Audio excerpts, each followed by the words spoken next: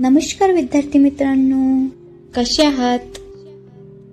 शिवाजी महाराजांचा जन्म 19 फेब्रुवारी 1630 रोजी शिवनेरी किल्ल्यावर झाला. छत्रपती शिवाजी महाराजांचे पूर्ण नाव शिवाजीराजे शहाजीराजे भोसले होते.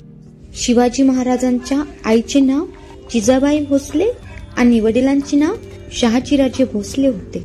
14 मे 1640 रोजी शिवाजी महाराजांचा विवाह झाला. शिवाजी महाराजांच्या पत्नीचे नाव सईबाई निंबाळकर होते.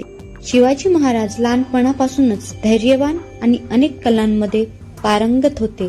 शिवाजी महाराजांच्या मोठ्या भावाचे नाव संभाजी होते. 6 जून 1674 रोजी झालेल्या लढाईत शिवाजी महाराजांनी मुघलांचा पराभव केला. 1674 मध्ये रायगड येथे शिवाजी महाराजांचा राज्याभिषेक झाला आणि छत्रपती शिवाजी महाराजांचा मृत्यू 3 एप्रिल 1680 मध्ये झाला. ते भारताचे महान राज्य होते.